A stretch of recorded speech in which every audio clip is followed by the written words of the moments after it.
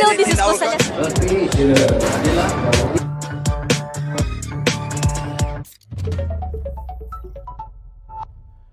Bismillahirrahmanirrahim. Assalamualaikum warahmatullahi wabarakatuh. And a very good morning, distinguished guests, fellow viewers, ladies and gentlemen, wherever it is that you're watching us right now on our official channel on Facebook as well as YouTube. My name is Adlan. And again, you're watching a special edition, or should I say a special presentation that we have brought to you down here, which is the Palestinian Diaries, a day of culture, stories, and solidarity. And today, we're in the Karancraft Auditorium down in Shah Alam, as we are not just gathered here to witness an event, but we are also here to stand in solidarity with the people of Palestine and to amplify their voices, to make sure that all of their voices are heard across not just us being down here live in Shah Alam, but everywhere else in the state of Selangor, everywhere else in other states of Malaysia as well, and ultimately to the world to empower us, to understand a little bit more about the Palestinian culture as well as heritage with all of their powerful stories. And yes, it has been 1 year since October 7th, the war has happened down in Gaza, but history actually has brought us down 76 years ago. We're talking about an event that has started way back in 1948 since the Nakba. The Palestine's history is one of both immense struggle and resilience. As you can see, as you have read on Sinar Daily, as well as all of our publications and also all of the social medias out there, what is actually happening down in Gaza as well. Despite decades of occupation, genocide, and injustice, the spirit of the Palestinian people remains unbroken. That's the key word down here. They are still intact. They are still stronger than ever, trying to survive and making sure that people all over the world understand what is happening and they need our help. And today, through the personal accounts that we will be hearing and the cultural expressions as well that we will witness, we have the opportunity to connect with that particular spirit in mind, one of perseverance, hope, and unwavering resistance in the face of adversity. And we are honored to actually have together here with us today His Excellency Walid Abu Ali, the Palestinian Ambassador to Malaysia, who will share his insights on the current situation in Palestine and answer some of your questions down here. As mentioned, we do have a big crowd down here together with us at the Karancraft Auditorium. We have audiences in the studio. Thank you so much for all of you who have made your way down here. We appreciate your support down here, not just for Sinar Daily, but ultimately for the people of Palestine as well. We also host later the victims of the Gaza genocide who will recount their heart-wrenching stories. And additionally, later on, we will watch the screening of Yusuf Omar's short film that brings the Palestinian struggle to life and explore Palestinian culture through its food, fashion, and music. And Yusuf is the co-founder of Scene TV. He's a multi-award-winning journalist, a former senior social media reporter at CNN International and E-News Channel Africa. So, ladies and gents, fellow viewers who are, again, watching us wherever it is that you are, let us all open our hearts and minds and leave this event not only more informed, but also inspired to continue standing with Palestine, advocating for justice and spreading the message of solidarity far and wide. And as mentioned, together here with us today, we have His Excellency Walid Abu Ali. Your Excellency, how are you, sir? Alhamdulillah, thank you very much. Yep, you have to use the mic, so nobody can hear you. Bismillah ar-Rahman ar-Rahim. Thank you very much for giving me this opportunity to speak heart to heart to Malaysians. Mm-hmm. As much as I'm happy to be hosted this morning and to talk directly to the brotherly nation in Malaysia and to update them, I really feel so sad that the second year of the Israeli genocide started today, where the international community failed to put an end to this state crime carried out by the Israeli government. International community failed to stop the massacre carried out by the Israeli superpower in the Middle East against our innocent Palestinians. Today is the first day of the second year where Palestinians continue to suffer. And later on, I will be updating everybody on the latest figures of those Palestinians who were victims against what the Israelis continue to do, where the international community failed to put an end to their suffering. Yeah, okay. Yeah, definitely we'll be going through all of that throughout our session with Your Excellency. But let's look back a bit. Let's just rewind a bit. Again, as what I've mentioned earlier on the show, it is the 1 year. It has been 1 year officially, as stated by the Western media. The war has been going on down in Gaza. What the Israelis have been doing to our brothers and sisters down in Gaza. The fact that you are here in Malaysia, obviously you are well informed, even though you're thousands of miles away, you're well informed for whatever that's happening down in your home country. Now share with us, that bit, the feeling that you had, of course, whatever that's happening in your home country, in your homeland, the sufferings of the people of Palestine, and share with us that how is the situation right now? Well, every day, every hour, every minute, we can't separate ourselves. Our Palestinian community in Malaysia live day by day in terms of feelings with our people who are under fire, who are sacrificing, who are under the striking of the Israeli army. Unfortunately, not so many Malaysians, not so many nations outside Palestine realize that Palestine is a one unit. Gaza Strip, which accommodates 2.3 million Palestinians. West Bank accommodates about 3 million Palestinians.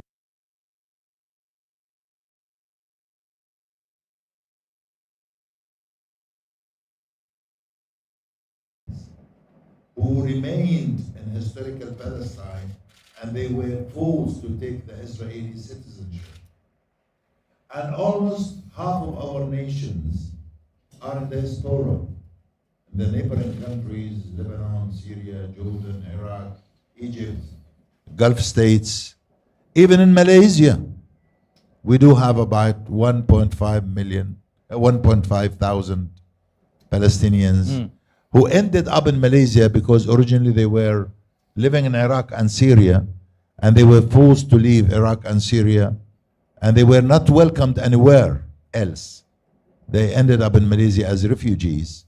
And as we all know, Malaysia is not a refugee host country. So they are transiting via Malaysia to be accommodated in any other third country.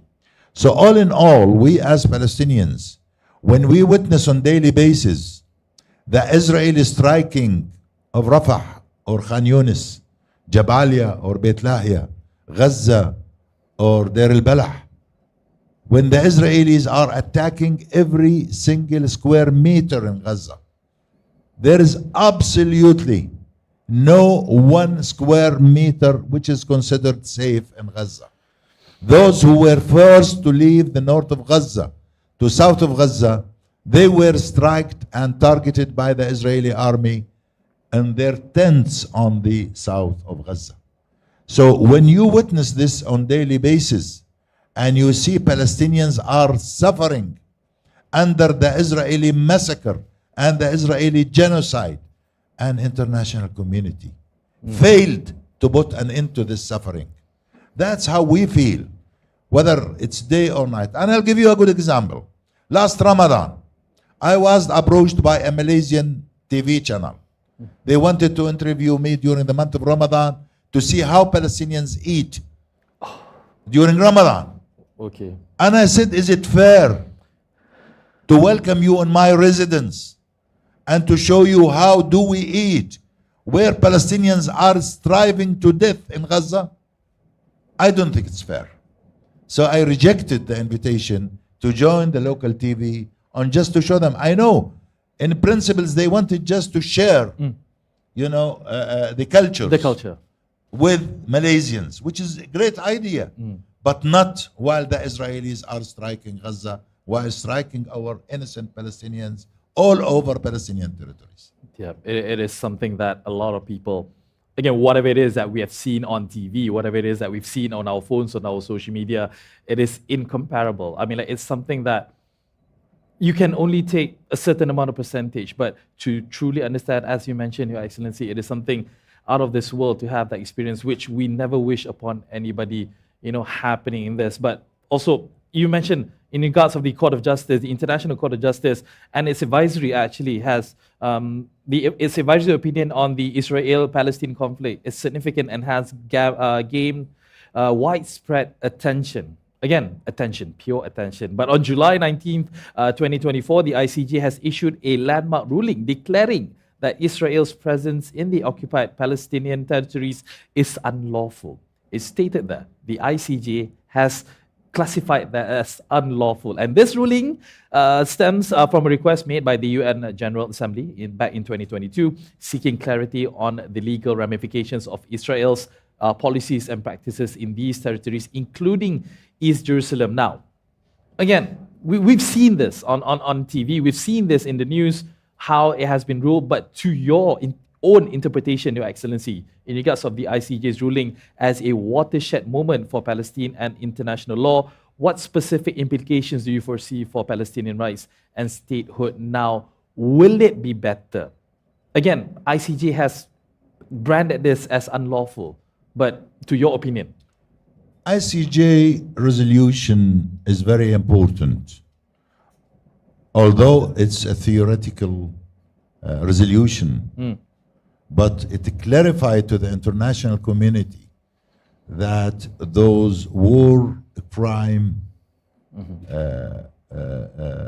government in Israel, the leadership in Israel who is responsible of killing Palestinians, must be brought to justice. This resolution can be effective if the General Assembly of the United Nations and the Security Council interpret this resolution into action. Yeah. Without that, it will be just words. Just words. And we have experienced so many resolutions in favor of Palestine, which never been implemented because it's always been countered by the American veto when it goes to the Security Council or to the General Assembly. So international community has to be fair once with Palestinians and look through two eyes. We as Palestinians have been victims of the double standards. Yeah. If the international community was successfully fair with the Ukrainians and managed to put Russia under sanctions within weeks after the war broke through between Russia and Ukraine, we have been struggling for 7.5 decades. And unfortunately, international community keeping silent. For how long Israel will continue to be a superpower and they will abuse and violate the international law? For how long Israel will continue to do what they are doing? The Israeli government are war criminals. They must be brought to justice. International community is responsible to implement the resolution of ICJ as soon as possible and to stop this Israeli genocide and Israeli massacre against our innocent Palestinians. Yeah. And you mentioned as well earlier in your remarks, you actually have current numbers of what is actually happening down there, statistics in regards of your fallen brothers and sisters, what is actually happening down there in Gaza, as well as, yes, you shared with us earlier offline, so please share with us again, what are the actual numbers to paint a picture to all our fellow viewers as well as our audience that we have here, Your Excellency? Well, with the latest statistics as of yesterday, 41,870 martyrs, 16,927 kids among this figure. 11,487 women, 175 journalists, 986 health workers, civilian defense workers 85, around 100,000 injured Palestinians. And just remember that our health system collapsed in Gaza. They have no health care provided with its minimum to those injured Palestinians in Gaza. 3,654 massacres carried out against Palestinians. And the list will go on. Yep. But let me, in general, I provided you, with the statistics. Yes, we actually have it on But the screen. 85% of the infrastructure of Gaza completely destroyed by the Israeli. 85%. 85%.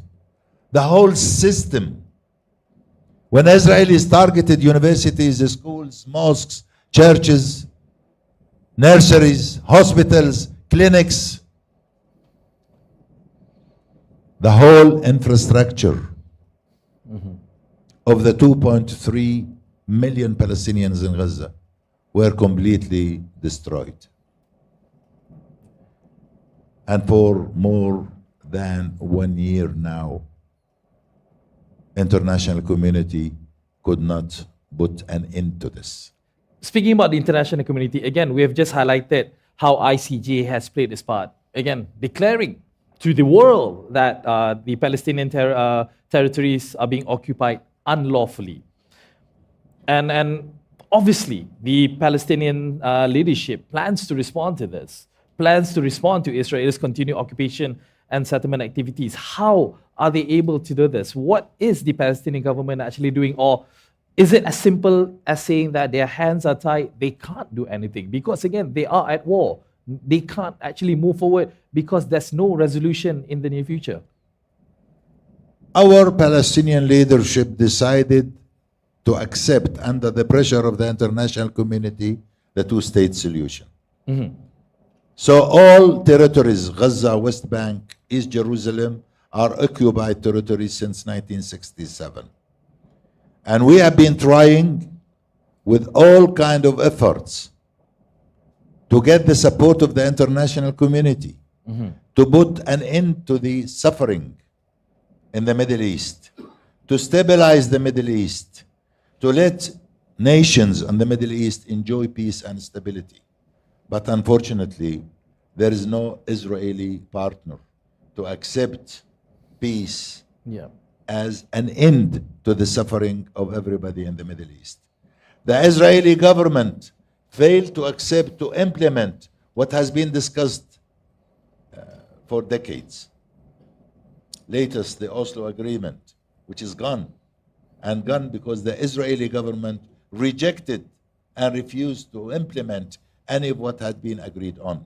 International community had decided to have the quartet, which is United Nations, United States of America, European Union, and Russia, who were sponsors of a peace process to put an end to the suffering in the region.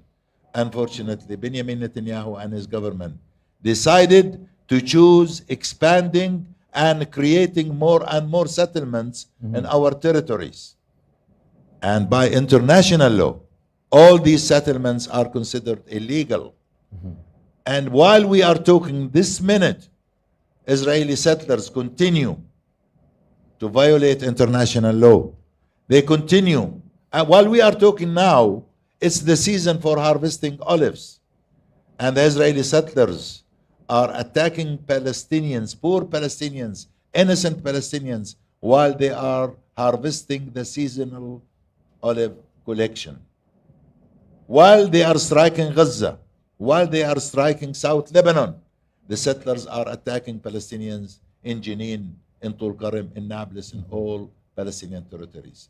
That's why international community, who was sponsoring the peace process and the peace talks, failed even to convince this Israeli government to accept. Benjamin Netanyahu and his government believe that through normalizing diplomatic relation with some of the Arab and Muslim countries, he can put an end to the struggle in the Middle East.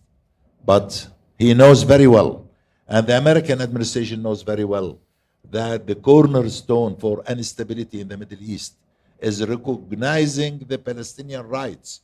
Without Israel and the international community recognizing the Palestinian rights in an independent Palestinian state where Al-Quds as its capital, Israelis will never live in peace and they will never enjoy peace.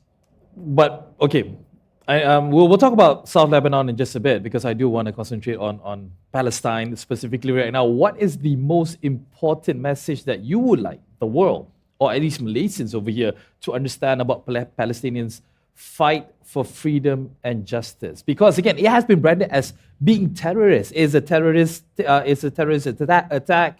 It's unlawful how the Palestinians are attacking and injurting any Israelis or any of their armies. But to your point, again, it's about fight for freedom and justice, isn't it? When you're looking at fighting and resisting against occupation. If you ask me as an ambassador, what is the number one priority at the moment? As a Palestinian, I'll tell you, we must get rid of the Israeli occupation.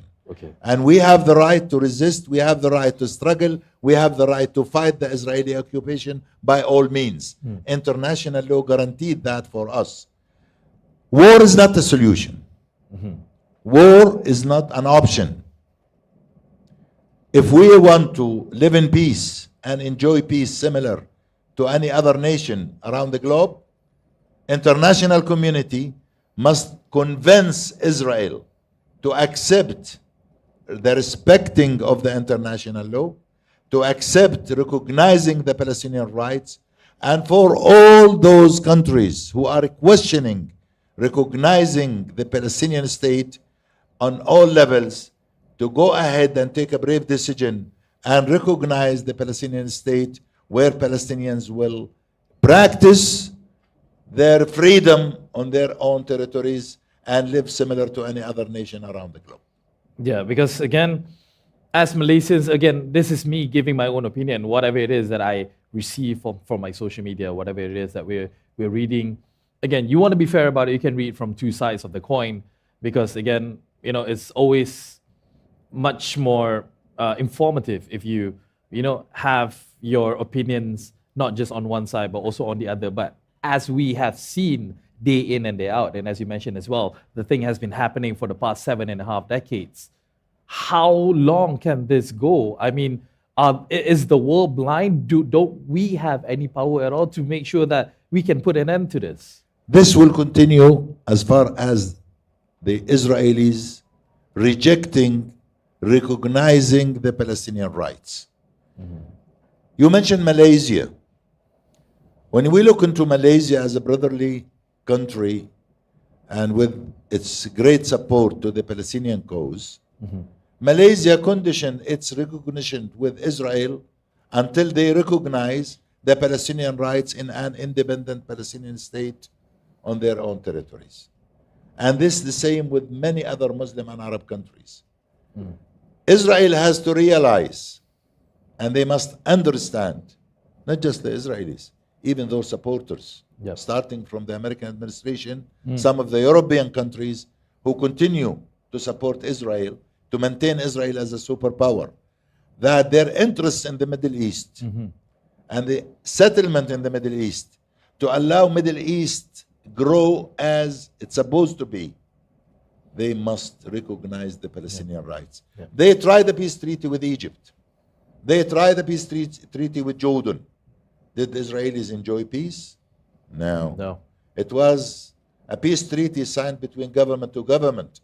If you go to Egypt or you go to Jordan and ask the people how do they feel about normalizing diplomatic relation with Israelis, they are shy talking about it because they never felt peace. The cornerstone of instability in the Middle East, when the Israelis and their supporters recognize the Palestinian rights in an independent Palestinian state. Without that, Yeah. they will never enjoy peace. But yeah, looking forward right now, again, for whatever that's been happening throughout the world, the support, the strong wave of international solidarity movements in recent years, we have seen them multiply.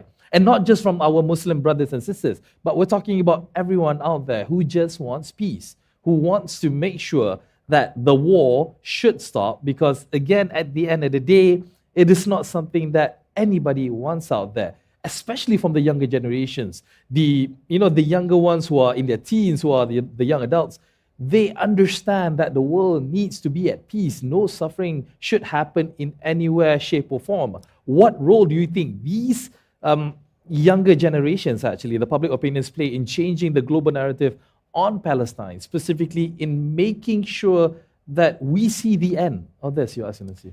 I did mention that war is not the solution, and the peace campaign and peace supporters are growing and growing among the youth, among the young generations all over. If you've seen what has been happening in Europe, in London, in Paris, in Germany, even in America, Exactly. the Columbia University, and how the people are protesting against the genocide, against the massacre. Yeah. And the latest elections in some of the European countries had shown how powerful and influential are these young generations are.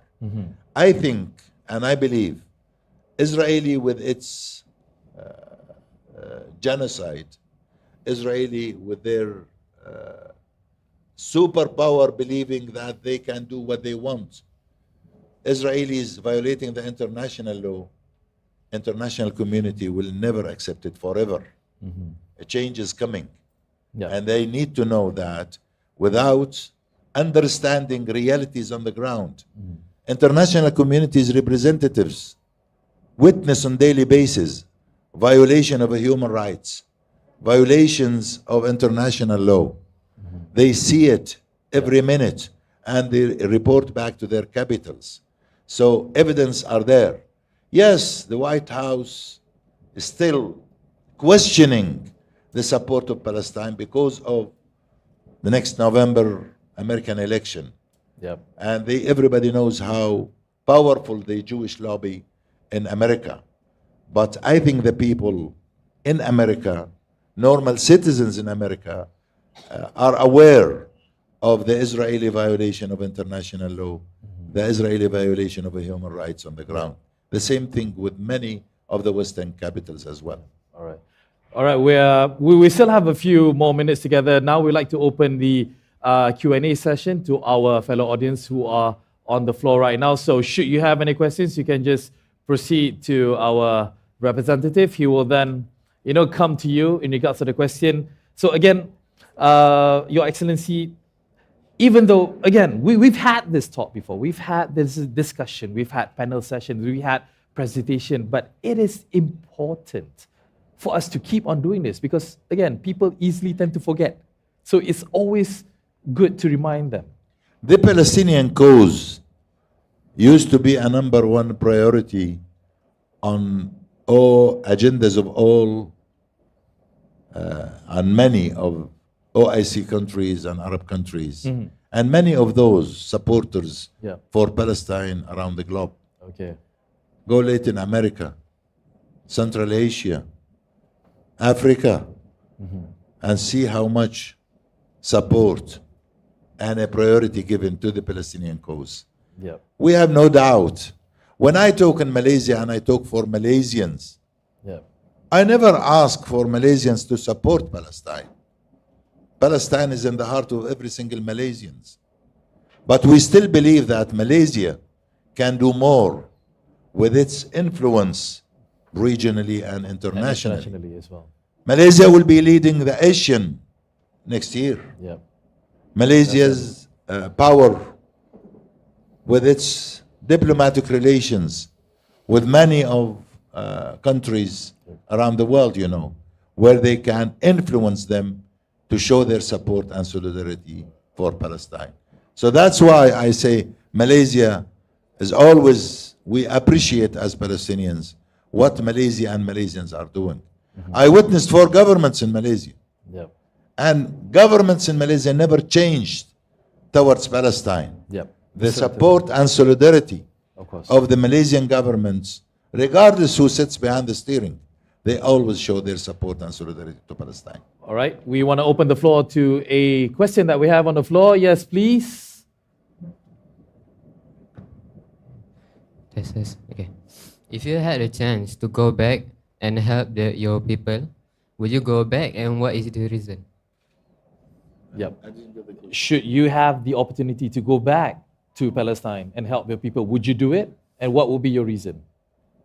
I think if you ask this question to any Palestinians, immediately I will go back if I can. But at the moment, how can I go to Gaza while Gaza is completely closed?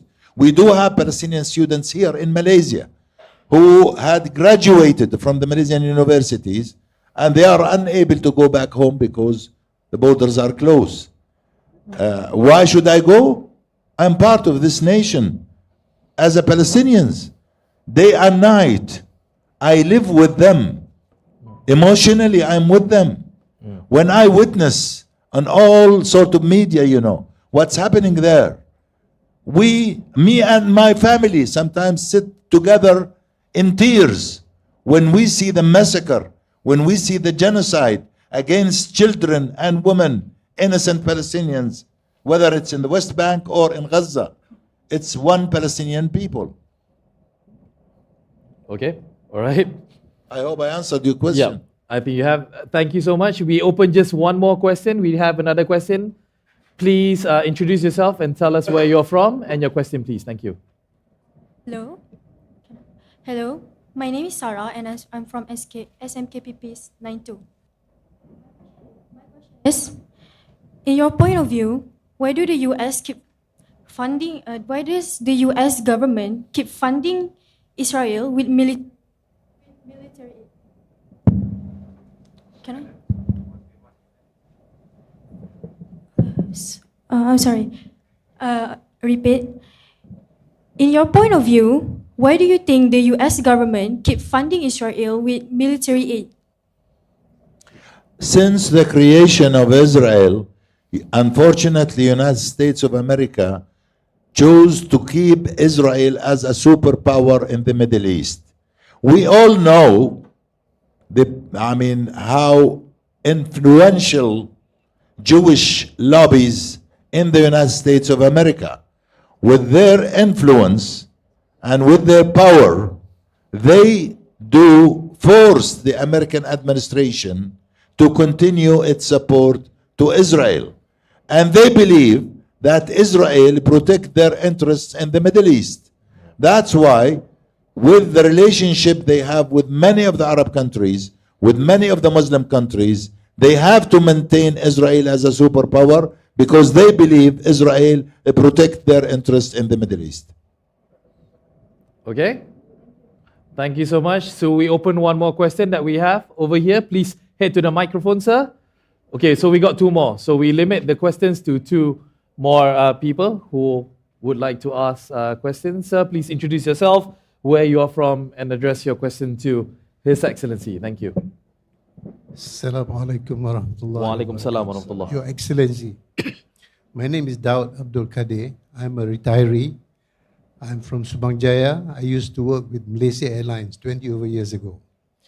My question is, having scanned through the news and the failure of diplomacy to achieve anything solid, what is your comment about mobilizing other world powers such as North Korea, Russia, and the rest who can be siding with us instead of all the Arab countries and the so-called Islamic countries which have proved to be useless in this time of emergency?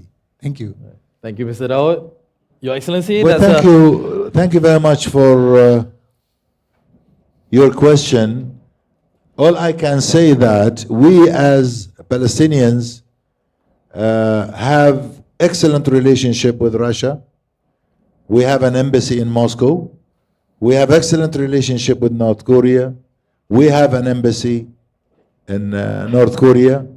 We as Palestinians were recognized by more than 140 9 countries at the General Assembly.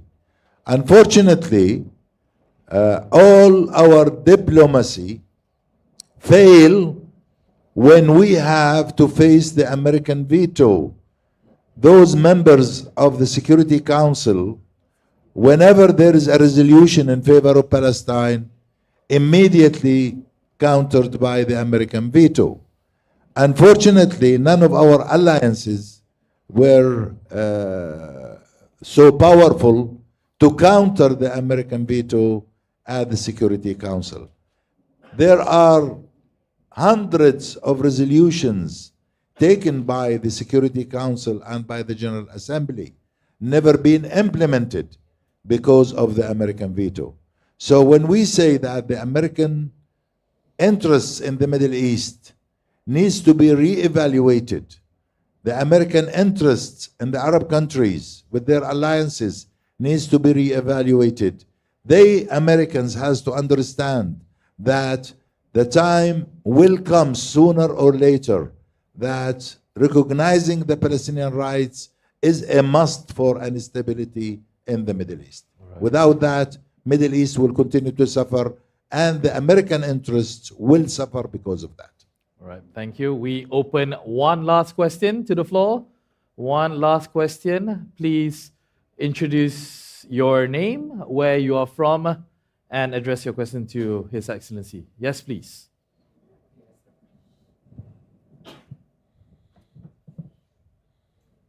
Okay, Assalamualaikum. I'm Waalaikumsalam. Zarul Hafiz. I'm from Kelang.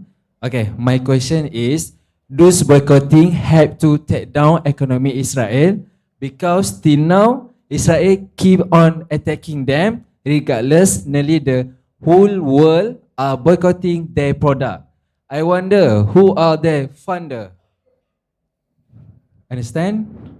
I do. Yeah. Yeah. We're talking about the boycotting. Yeah, boycott, activities. I know. Right, okay. Okay. Thank you. Yes, Your Excellency. The positive outcome of what's happening in Gaza, that boycotting has become more and more influential. Boycotting all these products, and I don't want to mention by name,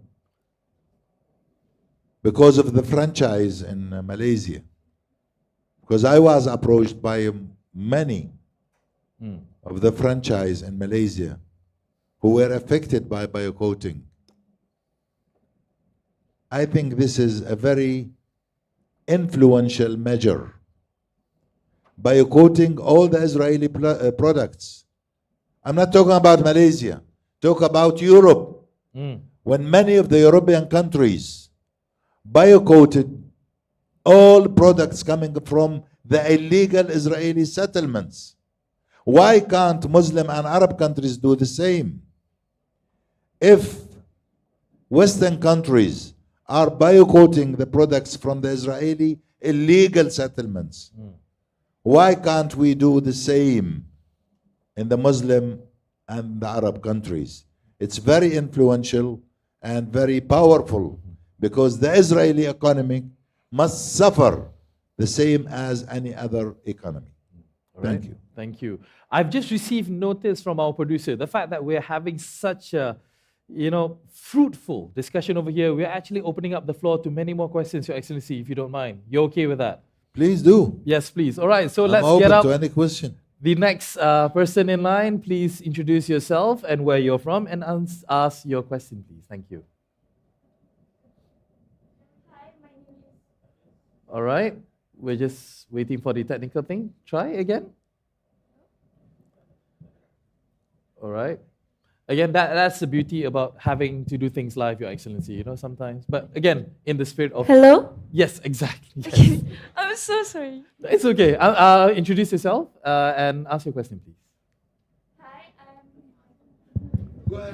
Hi, I am Fatina Azara binti Khairil Hilmi from SMK Putrajaya Precinct 92. Okay. No, just speak on. My question for you is, for 7.5 decades, Palestine has been corrupted. How do you find hope in the midst of such hardship? So your question is, for the past 7.5 decades, Palestinian has been corrupted? How do you find hope in the midst of such hardship?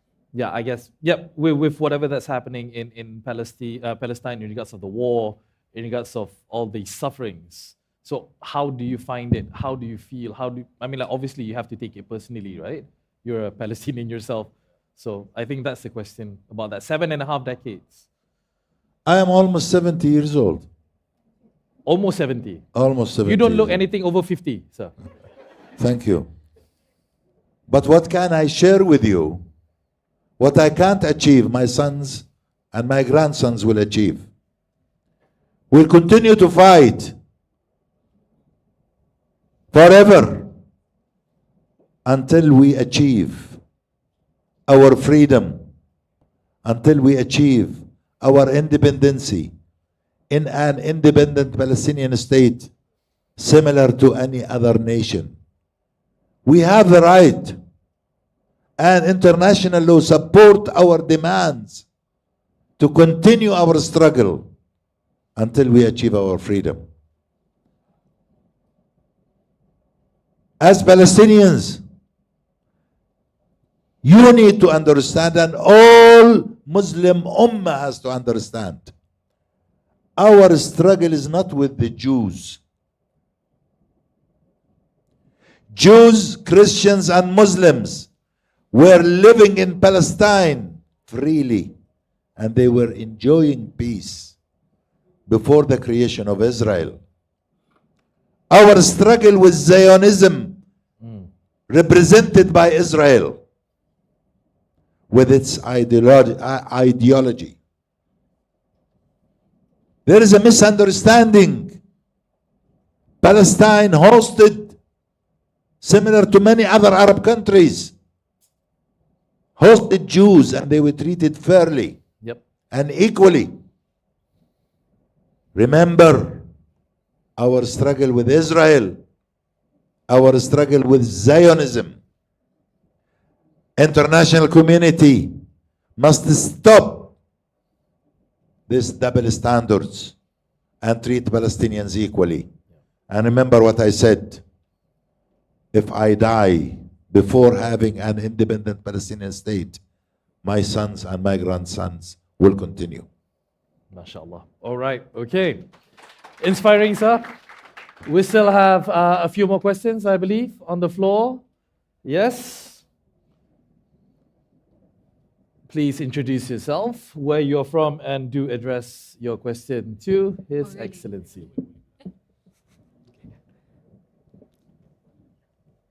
Hi, Assalamualaikum. My name is Wala. I'm a journalist from Sinar Daily. So I have two questions here for you. Just keep on asking. Currently, there is a bombing campaign that has expanded to Iraq and Lebanon. What are your thoughts about this, particularly on other Arab countries not putting enough efforts to stop this? Is it because they are too scared to intervene?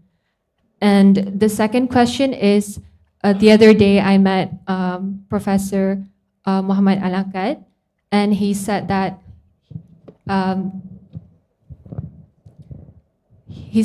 the Palestinian genocide is probably ending in the year of 2027.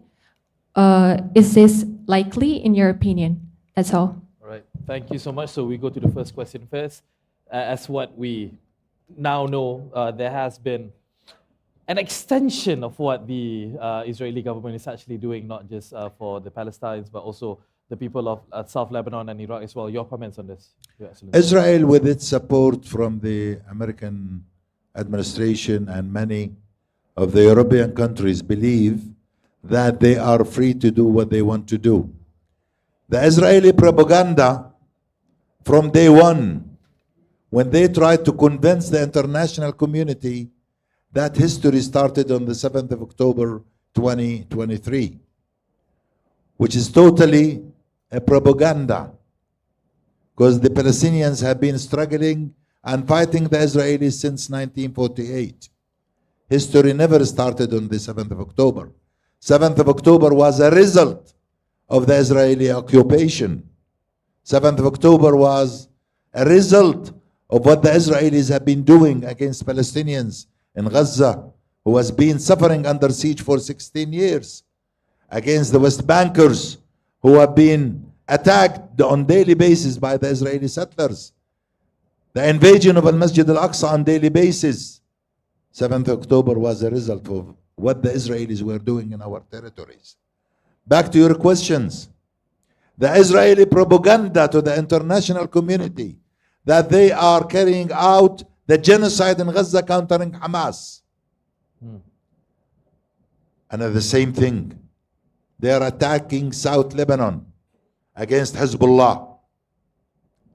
And I've just gone through the figures with you, with the number of casualties. Are all those who were victims in Gaza or in South Lebanon belong to Hamas or Hezbollah? This Israeli propaganda is trying just to convince the international community that they are countering terrorism. What is carried out by the Israeli government is a state terrorism against innocent Palestinian, Lebanese, and Iraqis. Benjamin Netanyahu's agenda, he knows very well that there is an end to this war. He will end up behind the bars. He will be ending up in jail because he knows what is waiting for him. That's why he is expanding this war to all the region. And if you go back to what I've said, stability and peace in the Middle East, in the neighboring countries, whether it's Lebanon, Syria, Iraq, Jordan, Egypt, only can be achieved when Palestinians are recognized in an independent Palestinian states. Israeli objectives will expand and expand and expand to Yemen, to Sudan, to Libya. All these countries are targets for the Israelis. So the Arab world and the Muslim countries must understand that continue witnessing and watching the Palestinian suffering will never put an end to the unstable Middle East. Middle East will enjoy peace only when international community recognize the Palestinian rights. And the second question in regards of this whole war on Palestine will end by 2027. Do you think it's feasible? Do you think, obviously everybody wants to work towards it, the sooner the better, but to your opinion? Your I don't know where Dr. Akkad, that his vision and 2027, yep. I don't know. I can't say a day. As a Palestinian ambassador, if you ask me, I want to see an end to this war today before tomorrow. Yep. And the very $1 million question is, what are your priorities as Palestinians? Priority number one, to have an immediate ceasefire now before tomorrow. If we have to continue until 2027, probably population of Gaza will disappear. If Benjamin Netanyahu will continue to do what he's doing, we almost has got more than 150,000 victims in Gaza within 1 year. 1 year. So when we talk about 2 more years or 3 more years from now, almost half of our nation in Gaza will disappear. So our priority is to have an immediate ceasefire to stop this war in Gaza. Number 2, to maintain a humanitarian corridor for the very basic needs for those in Gaza. Yep. We are very close to winter, and winter is very cold in Gaza, and people can't survive even living homeless, living in a tent in Gaza. So a humanitarian corridor is a must as much as the ceasefire is a must. And third, to put a political roadmap to put an end to the suffering which has been going on for 7.5 decades and achieve a peace or comprehensive peace agreement to enable Palestinians live in peace and enjoy peace. All right. Okay. Do we have any more questions? We do have one more. Yes. Last question that we would like to open up to the floor. Please introduce yourself, where you're from, and your question, please. Hello, my name is Li Tian, and I'm a university student from University of Wollongong. So I'm studying intercultural communication for now, and there's a question for you. I always seen the scarf that you are wearing. Could you share the cultural significance of the scarf for Palestinians? Well, we call it kufiya. Yeah. It's very well known as a kufiya. This is the kufiya of Yasser Arafat. And both men and women can wear it. You can see Madame Akkad is wearing it. So my wife wear it as well. My daughters wear it as well. It's very well known and became symbol of Palestinians. When Yasser Arafat himself used to wear it, wherever he goes, even when he died in Paris, his kufiya was with him. And at the moment, it's in the museum of Yasser Arafat in Ramallah. The kufiya is a symbol, and it's very well known all around the globe that whenever you see it, it's the Palestinian resistance, it's the Palestinian freedom fighters. Whenever we wear it, we feel like that we are fighting the Israeli occupation. That's why the Israelis hate to see it. The Israelis who tried their best to steal everything. They even try to steal falafel and hummus, and they claim that it's theirs, where it's traditionally it's ours. Even the folklore, traditional Palestinian dress, women. For El Al, for the stewards in the El Al Israeli airline, they wear it and they claim it's theirs. And for your knowledge, there is absolutely no single dish. It's called an Israeli dish. They are stealing all of our culture. It's ours. We are rooted to this land. And let me share with you all, many Malaysians knows this because I said it. The oldest olive tree on earth, 5,500 years old. It's in a village, you can Google it. It's in a village called Walaja, which is my village. And the olive tree belongs to my family. So we are rooted to this soil in our Palestinian territories. We will continue to be there, whether they like it or they dislike it. Thank you very much. All right, thank you. All right, so thank you so much for all the questions. We still have a few more minutes actually together with you, Your Excellency. But again, I do want to ask you of something that we spoken offline earlier. 76 years ago, when this ultimately started, when the Israelis are occupying and all you're doing. Created, yeah, exactly. When Israel was created. I just want to ask your opinion on this as well as what you have shared. There's not really that many things that you can actually find in regards of news, in regards of, any current happenings about it. But in today's day and age, with the emergence of social media, everybody has access to it. It is now so much easier for everyone, not just the youngsters, not just, everybody from all age and sizes. They're able to get these news quick and easy, and they are able to dispute any lies that's coming from the other side of the fence, should they are spreading it. So I guess what I'm trying to ask you is that in today's day and age, at least you have that. The Palestinians, the sufferings, at least you have the power of social media, how you're able to actually share it with the world, and it's at the flip of a switch, it's at a click of a button. It's much easier to gather support with that, Your Excellency. I think you agree with me that many of the social media tools are controlled in a way or another under the influence of Israel.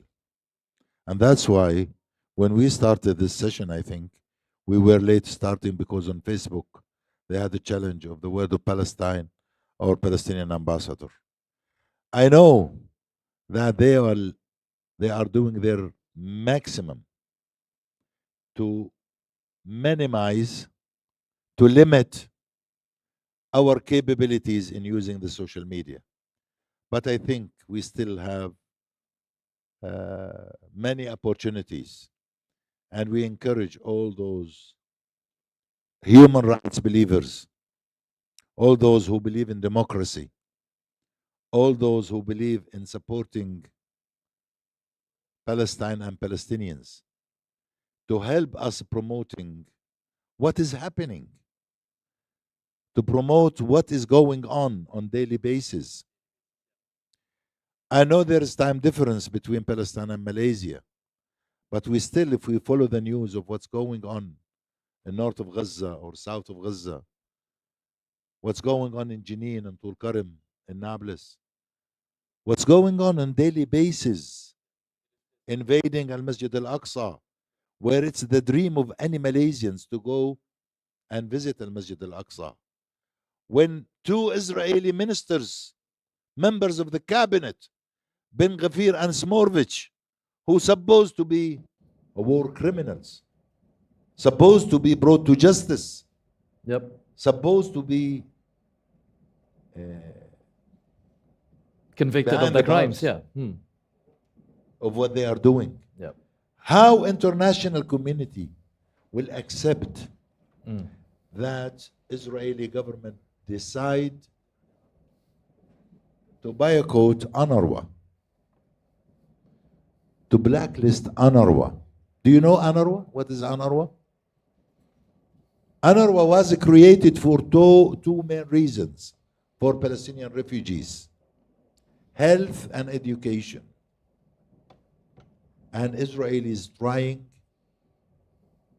actually they decided within the cabinet to boycott UNRWA and not to issue diplomatic visa for UNRWA workers in Palestine. Who can do that around the globe? Yeah. The Israeli ambassador in New York at the United Nations, who had loudly asked the Secretary General to resign. Who can do that except the Israeli representatives who believe that they are over the international law, and they can do what they want? Right. Back, I'll tell you, Okay. strong will never remain stronger.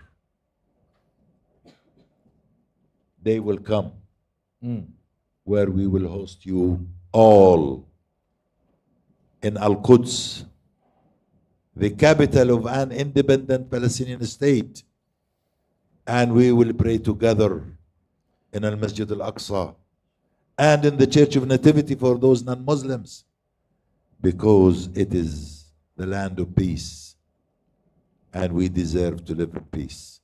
Wassalamu alaikum wa rahmatullahi wa barakatuh. Inshallah. Thank you. Thank you so very much, Your Excellency, for being with us today. I know that this is, a very passionate session that we just had. Obviously, it is passionate because, again, we just want to make sure that everybody understand how it is, what the situation is.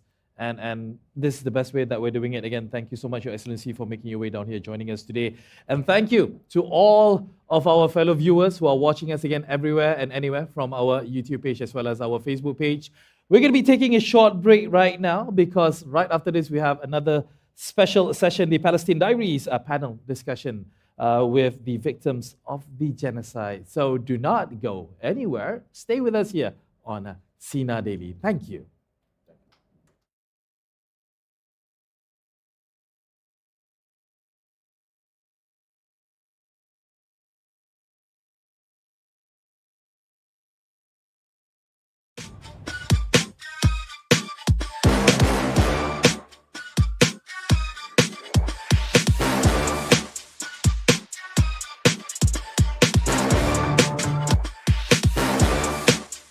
Hello, this is Rosalia.